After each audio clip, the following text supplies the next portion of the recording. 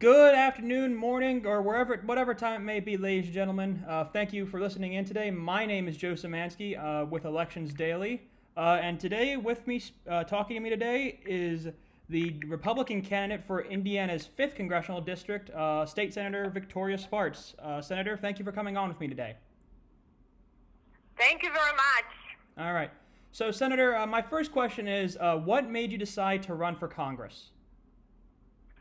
Well, I'm a suburban mom, a businesswoman who decided that we need to get some things done. And we have too many politicians that don't get things done, so that's how I decided that I need to make my case. Okay. So, your backstory as an immigrant from Ukraine is a big part of your message. How has being an immigrant shaped your political views and perspectives? Well, I think it's, maybe just from some ways, I have more value for all of the freedoms we have in our country. I think, sometimes probably just coming from the country, then, a person who didn't have freedoms and experienced not to have it, I respect, love, and cherish all of the freedoms that our country gives, and sometimes probably get more sad that people don't, and want to make sure that we defend and protect all of the things that made us the greatest country in the world. I think that probably make a difference in some ways. It's a story of frog in a boiling water. You put it in boiling water, you realize that people losing a lot of freedoms in our country, and government is get bigger and bigger. And I grew up in a totalitarian government, so I understand how bad it is, and I understand where it leads to. And a lot of people don't probably understand it until it's too late. And so that's why it's important for us to promote these ideas before it's too late. And also, we had a lot of people fought for these ideas through history, so we have to be good. So we have a bright future for our children. Yeah, and to kind of continue on this path, I mean, through your backstory comes one of your biggest parts of your campaign, which is to stop socialism. I mean, what would be kind of your plan to kind of complete that goal? Well, I wouldn't call it that as the biggest part of my campaign. I would say the biggest part of my campaign is delivering results and delivering solutions and actually getting stuff done. We have too many politicians, and government is getting too big with political elites on top, and then everyone else is equally poor. That's what socialism is, and that's what we're moving in that direction. So I think just delivering good government, deliver limited government that promote free enterprise and good ideas, good debate, and good solutions. That's really the biggest part of my campaign. And I think just someone who grew up in socialism, I understand, that how bad all socialistic trends and collective responsibility trends we have in our country. It's very dangerous. We have a little value of freedom we have for a lot of people. So I think it's important sometimes maybe to remind, but I think, the biggest thing for us, you have challenging problems, and we have to get things done to strengthen our people in our country. Okay, so then to shift gears a little bit, obviously America right now is currently going, and the world is going through the coronavirus pandemic, and that's affected all aspects of life. So my question to you is, how has COVID-19 affected the way your campaign has worked, and how they have reached out to the people of the 5th District? Well, I mean, these are very unprecedented times and are very challenging for every campaign. There are a lot of elements to successful campaign, and grassroots is generally it's the strength of a lot of Republicans, and with the virus it's made it more difficult. It's harder to get out because we have better message, so when we get out people love it. So Democrats now can be hiding this big money and not telling the truth to the American people, so it gives them an advantage. They all sit in the basement and put a lot of lies on TV with big money. So I think that's a disadvantage for every Republican, because when we connect, when we talk to people, and we have a proven record of result, and we can show what we're about. So that is difficult because you have safety concerns and for volunteers, and also we don't have large events, so it just makes it harder, and then people get overwhelmed if you just do it via email and text and phone calls, so people just get stressed out. So it's difficult not to have large gatherings as normal and grassroots effective as normally we would do, but we just have to do our best within the limitations. Okay, so you are currently an Indiana state senator. So how do you think that your time in the Senate will help you navigate Congress? Well, because I think, I'm a businesswoman and been very successful, but also I've been a successful legislator, and I think it takes both to understand legislative process and also understand the real world to get things done. It takes both. I also have an understanding what states can do, what states cannot do, and what really can happen, and because it's a collaboration of different, types of governments to deliver solutions. And being a state senator, I understand the challenges. I understand what could be done to make more flexibilities for the state and how states can operate effectively and what guardrails we need to have at the federal level, make sure that we don't have perverse incentives for the state. So I think it's extremely valuable experience because most solutions are going to be happening in the states anyway. They never happen in centralized government. Federal government can provide the right tools. So I think this is extremely valuable experience, and I work in very major issues as education, criminal justice, healthcare at the state level, very complex issues, and I took a deep dive in government efficiency and spending, a lot of different, I was chair an audit committee, so I understand a lot of things what's happening at the state level. And as a CPA, I can tell there is a lot of work to do for us, and there is not much finance and government efficiency exists in any governmental structure. Yeah. Okay, and while you are a current state senator, you were appointed to that seat, and this is your first actual election and campaign. So how has that experience been for you, actually going out to the voters and campaigning on your own merits? Well, I would like to tell you that I wasn't appointed. I was elected by elected precinct committee men.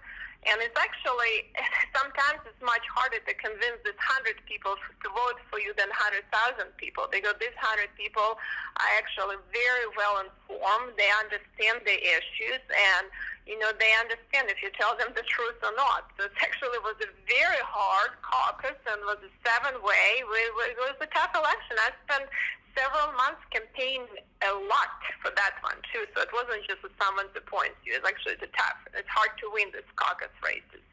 So I think that's important, and I think when you you have a lot of dynamics in the party and a lot of groups in the party, but ultimately voters decide based on what you can deliver, and I deliver some great policies to my district. I work on some complex issues. I pick some important sides. I work on deregulation of education reform, on transparency of healthcare, on reform of juvenile justice system.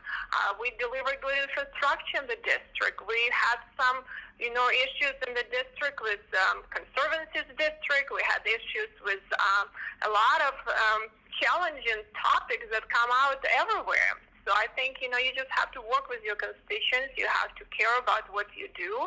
And if you do, people will value that.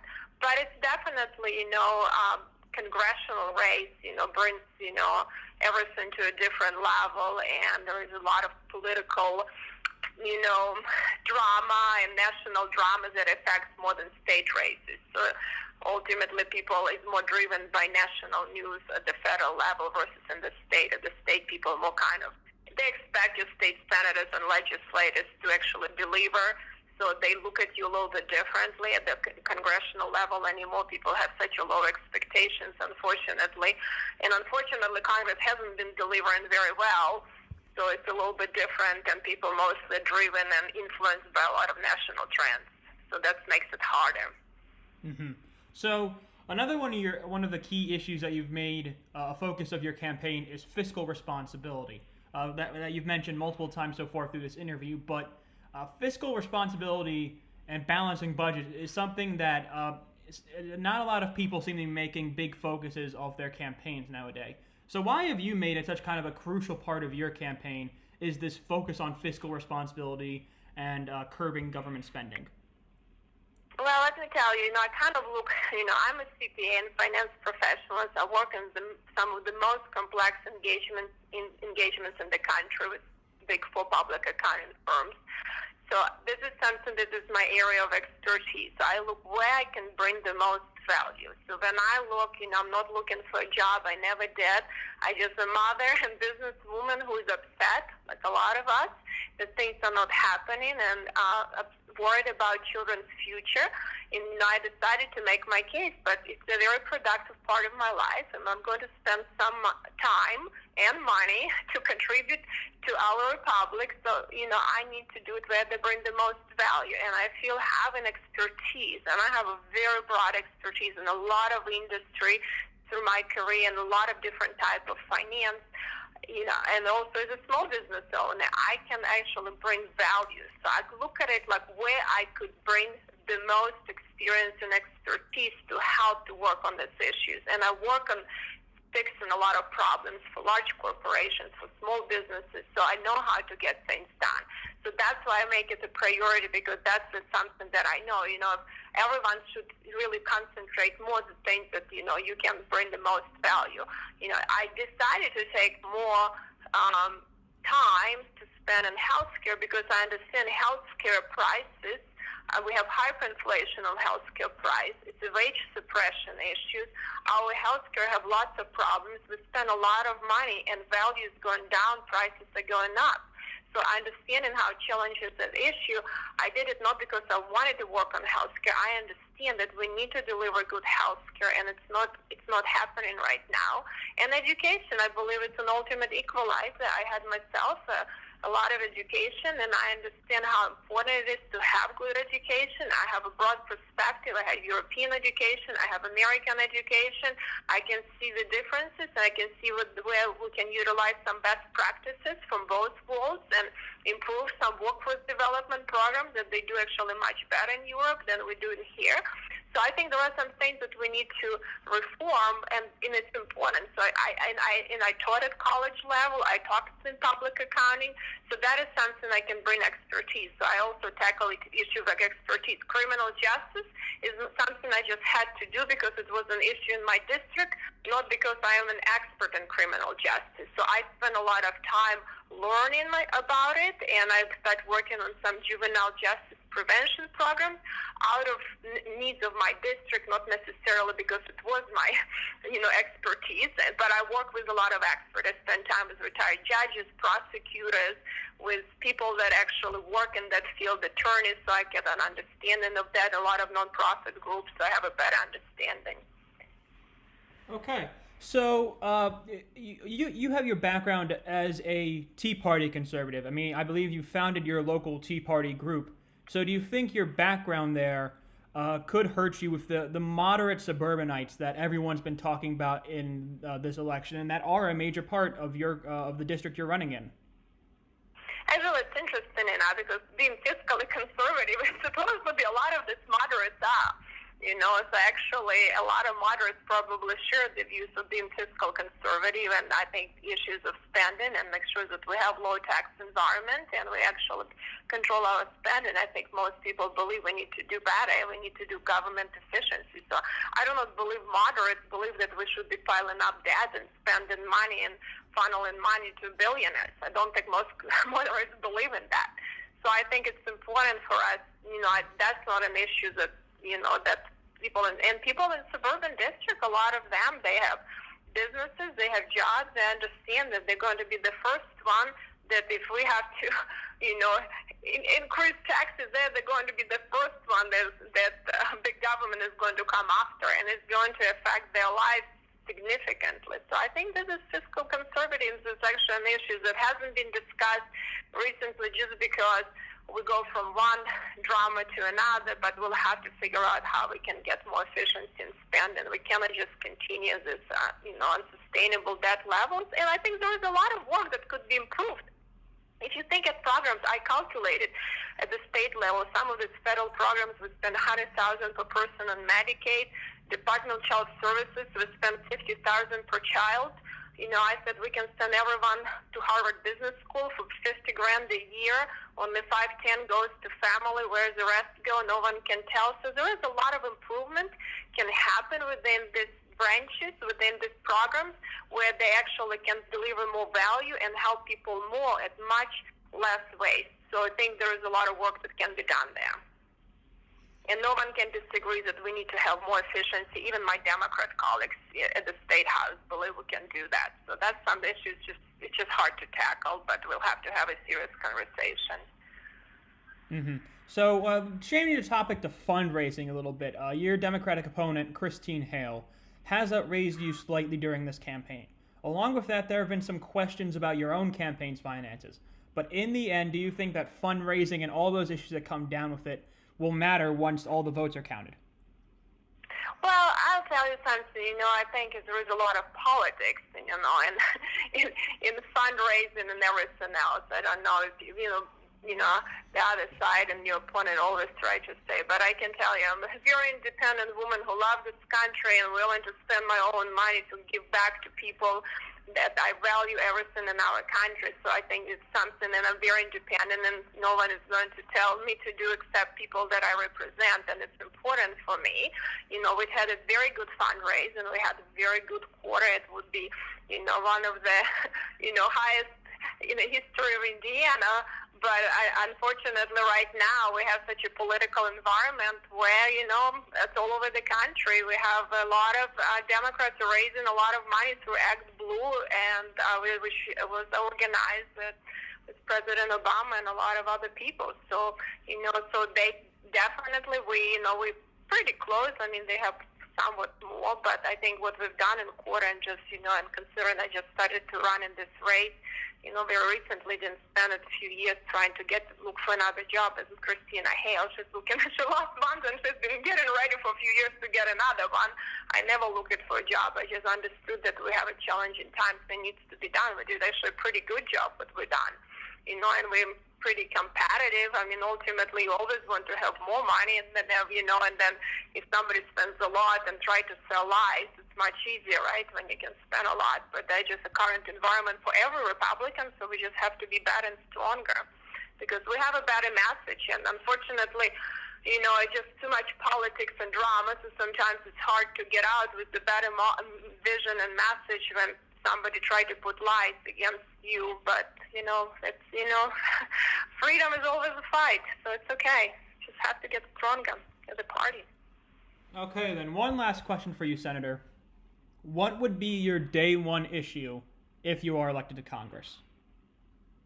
Well, I think, as I said earlier, that, we have to fix our health care cost and health care value and deliver good solutions that people can have affordable, accessible health care, that we can protect our seniors and Medicare. We can improve our Medicaid, which long-term care is completely broke, and a lot of people have been dying from the virus in nursing homes, and we have to have more accountability and flexibility there.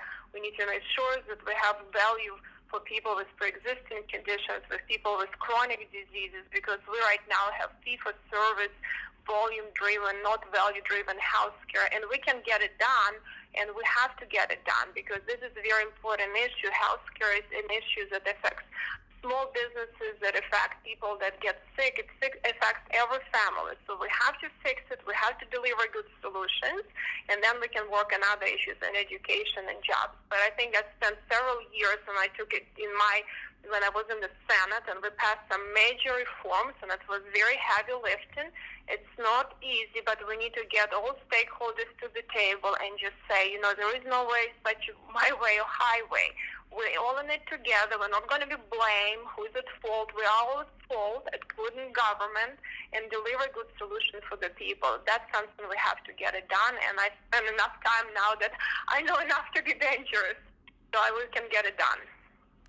Okay, well, Senator, thank you very much for coming on with me today. It was a pleasure. Again, thank you for coming on, and ladies and gentlemen, thank you very much for listening in. This has been Joe Szymanski for Elections Daily. And have a great rest of your day wherever you may be.